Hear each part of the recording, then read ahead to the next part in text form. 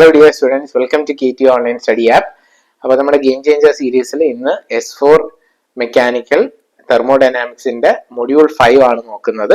അപ്പോൾ module 5 syllabus നമ്മൾ നോക്കിക്കഴിഞ്ഞാൽ ഇതിനകത്ത് 3 പാർട്ടായിട്ട് ഡിവൈഡ് ചെയ്യാം. അതിൽ ഫസ്റ്റ് പാർട്ടിൽ കംപ്ലീറ്റ് നമുക്ക് തിയറി പ്ലസ് അതിന്റെ പ്രോബ്ലംസ് ചോദിക്കും. സെക്കൻഡ് ആ റെഡ് ലൈനിൽ കാണുന്ന ഡിവിഷനിൽ നമുക്ക് കൂടുതലും പ്രോബ്ലം ആണ്. പിന്നെ ലാസ്റ്റ് പാർട്ടിൽ ആ ഇൻട്രൊഡക്ഷൻ ടു റിയൽ മിക്സ്ചേഴ്സ് തൊട്ട് ഇൻവേർഷൻ കർവ് വരെയുള്ള അത്രയും പാർട്ടിയിൽ എന്ത് ക്വസ്റ്റ്യനും ചോദിക്കാം. അതിലെല്ലാം ക്വസ്റ്റ്യൻസ് ആണ്. TDS ഇക്വേഷൻസ് ചോദിക്കാം, മാക്സ്വെൽസ് ഇക്വേഷൻസ് ചോദിക്കാം, ക്ലേപ്പിയറോൺ ഇക്വേഷൻ ചോദിക്കാം, ത്രോട്ട്ലിംഗ് പ്രോസസ് ചോദിക്കാം, ഇൻവേർഷൻ കർവ് ചോദിക്കാം, ജൂൾ തോംസൺ കോഎഫിഷ്യന്റ് എക്സ്പ്ലെയിൻ ചെയ്യാൻ ചോദിക്കാം. ആദ്യം നമുക്ക് നമ്മുടെ മിക്സ്ചർ ഓഫ് ഐഡിയൽ ഗ്യാസസ് ചോദിക്കുന്ന ക്വസ്റ്റ്യൻ, അതെല്ലാം തിയറിയാണ്.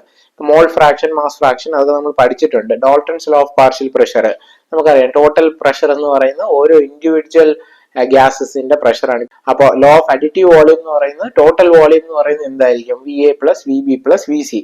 ഗിബ്സ് ഡോൾട്ടൺ ലോ എന്ന് പറയുന്നത്, ഡോൾട്ടൺസ് ലോ പറഞ്ഞത് പ്രഷറിന് മാത്രമാണ്. നമുക്ക് എന്താണ് ടോട്ടൽ പ്രഷർ എന്ന് പറയുന്നത് സം ഓഫ് പാർഷ്യൽ പ്രഷേഴ്സ് എന്ന് പറഞ്ഞപ്പം ഗിബ്സ് പറഞ്ഞു ഇത് നമുക്ക് എല്ലാത്തിനും അപ്ലൈ ചെയ്യാം. ഇന്റേണൽ എനർജിക്കോ എൻതാൽപ്പിക്കോ അങ്ങനെ വേണമെങ്കിൽ നമുക്ക് അപ്ലൈ ചെയ്യാം എന്ന് പറഞ്ഞതാണ് Gibbs Dalton's law. Then equivalent gas constant R-ഉം മോളിക്കുലർ വെയിറ്റ് M. അപ്പൊ ഇത്രയും കാര്യങ്ങൾ ഇതിന്റെ തിയറി ആയിട്ടും അറിഞ്ഞിരിക്കുക, പ്രോബ്ലംസും ചോദിക്കും. നമ്മൾ ആദ്യം തിയറി ക്വസ്റ്റ്യൻ 7 മാർക്സിന് ചോദിച്ചാണ്.